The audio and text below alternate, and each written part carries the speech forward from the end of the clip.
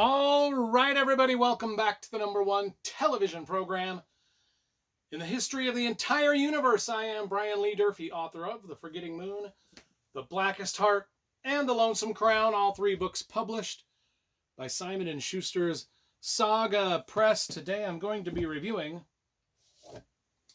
The Ink Black Heart by Robert Galbraith. This is book number 6 in Robert Galbraith's Cormoran Strike British Mystery Series. I have previously reviewed the first 5 books in the series, and so if you'd rather watch those reviews before you get to this one, just type in my last name, Durfee, into your YouTube search bar. Robert Galbraith, also type that in. Through some sort of pagan sorcery, those book reviews will magically appear upon your television screen. Anyway, let's get to book number 6. I do love this series. For those of you who don't know, Robert Galbraith is the pseudonym, the pen name of J.K. Rowling, who you may or may not have heard of. She wrote a somewhat popular series called Harry Potter. Anyway, she writes these British mysteries under the name Robert Galbraith. Let's talk about the cover first, because you know I love graphic design and cover illustration. I do like this cover. I think it's cool. It's got a little symbolism in it. The Ink Black Heart. This is my theory. It was my theory until I read the book. I think J.K. Rowling / Robert Galbraith initially wanted to call this book The Blackest Heart, because The Blackest Heart is just a much better title than The Ink Black Heart. But they did a Google search for The Blackest Heart, and they found out that somebody else had already titled their book The Blackest Heart. And they're like, well, we don't want to, Durfee already did The Blackest Heart. We can't do that. Maybe he'll sue us. Maybe he'll sue us because we're using the same title. I wouldn't have sued. Actually, I would have been honored to have the same title. It probably would have helped my sales. People would have typed in The Blackest Heart to find a Robert Galbraith J.K. Rowling book, and they would have seen my book, and they would have purchased it instead. I would have not have sued at all. I was living under a delusion, however. It was never going to be titled The Blackest Heart, I don't think. I think it was always meant to be titled The Ink Black Heart, because The Ink Black Heart is actually pertinent to this book, whereas The Blackest Heart wasn't. And I'll tell you why in a minute. But, so anyway, that's my intro to this review. It was never going to be called The Blackest Heart. 2 separate books, people. 2 separate books. Anyway,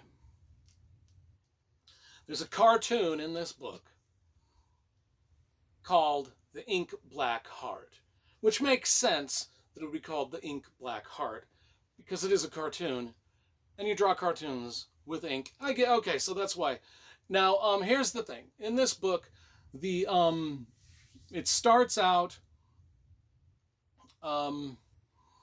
this is a dense, detailed, 1,000-page mystery novel. It's just absolutely engrossing. The writing is fantastic. I love this series. Elizabeth George also writes these British cozy mysteries that are like thousands of pages long. And I think that Robert Galbraith, J.K. Rowling, is right up there with Elizabeth George. Elizabeth George has got some of my favorite mystery novels. And these are fast becoming some of my favorites. But anyway, British cozies. Our main character is Cormoran Strike, a war vet. He's missing a leg. He's got a disability.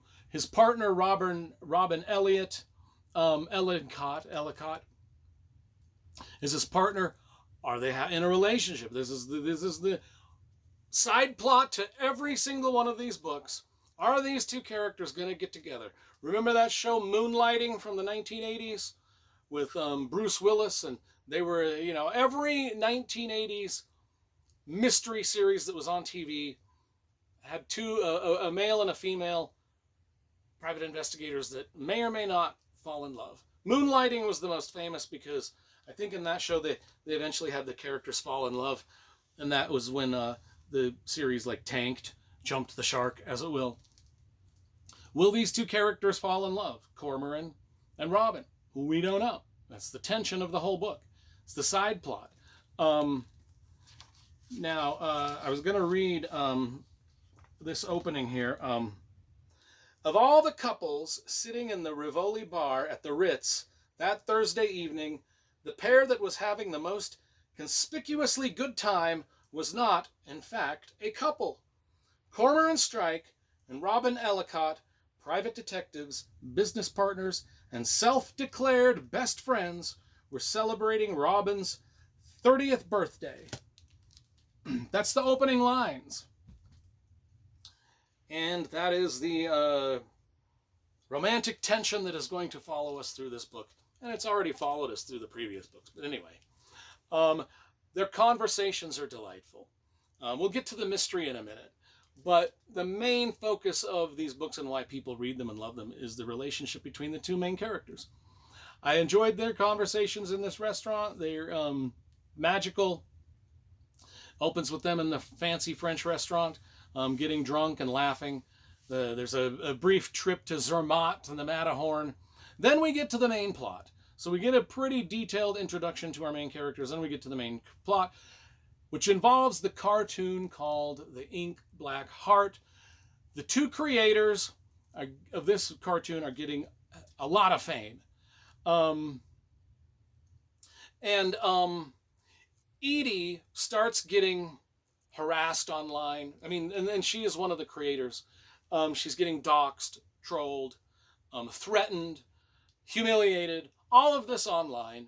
One particular online presence named Onami is doing the bulk of the damage, and she comes to Cormoran Strike and Robin with, hey, can you investigate who's doing this? Can you figure out who's causing me so much trouble online? It's really getting dangerous. It's affecting my mental health, yada, yada, yada. I just want it to stop. And they're like, nah, we're not. That's not the kind of type of investigations we do. So they refer her to somebody else. Anyway, what happens is, soon after this, both of the creators, including the person that asked for help, are stabbed to death and left for dead. So apparently this online harassment was serious, and now Cormoran Strike and Robin are like, well, let's look into it now. I mean, now it's about a murder mystery, not just online trolling. Let's get into it. But anyway, they feel kind of semi-guilty for like not taking it initially seriously. And so then we've got this journey into a world of online chat rooms, Reddit threads, Twitter wars, online trolls. Now, I loved this book all except for one part. And a good portion of this book is taken up by page after page after them investigating and reading through these online Twitter threads and Reddit threads. And I just found them boring. I just read like the regular text of the book. And there's thousands of these. Any page I open up to, you're going to find more of these page after page of these Twitter threads and things. And I just found myself skimming through those.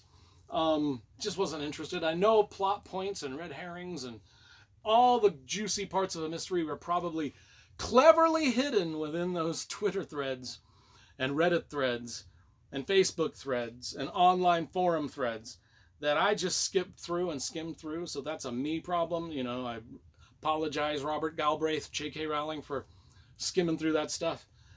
I know you put a lot of time and effort into making them probably interesting, and I didn't.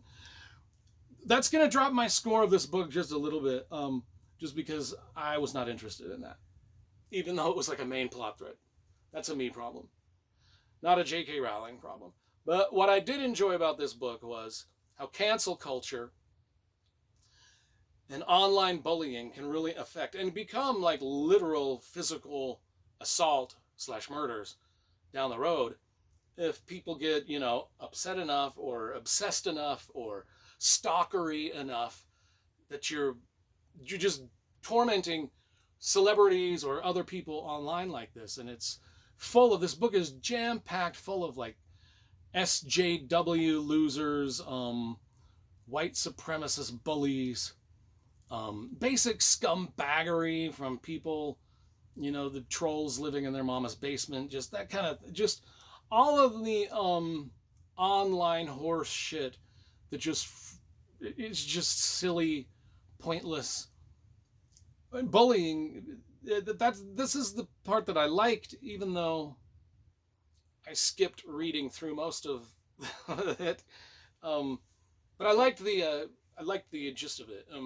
Who stabbed these two talented creators? That's the mystery that's trying to be solved. Jealous rivals. Was it the jealous rivals that did it? Was it, like I said, was it a basement dwelling mama's boy? And then overarching the whole plot is Cormoran Strike's and Robin's drama and their dating lives. It's a backdrop to the whole thing. In fact, some of it, you know, is as Cormoran is dating different women. Well, one particular woman, going through, I'm just like, just dump that. Just dump her. Dump that person you're dating is not good for you. Toxic relationship. Now, Robin in previous books goes through toxic relationships. This one we kind of get to see Cormoran Strike go through one. Anyway, I was enjoying those parts of it. I mean, but I like melodrama. I like, you know. Anyway, it's a good book. Ink Black Heart. Probably should have been called The Blackest Heart. I'm going to give it a 9 out of 10. Solid. Just a detailed mystery novel. I like when mystery novels just take their time, you know, despite the fact that I didn't like this kind of stuff. This kind of stuff I didn't like.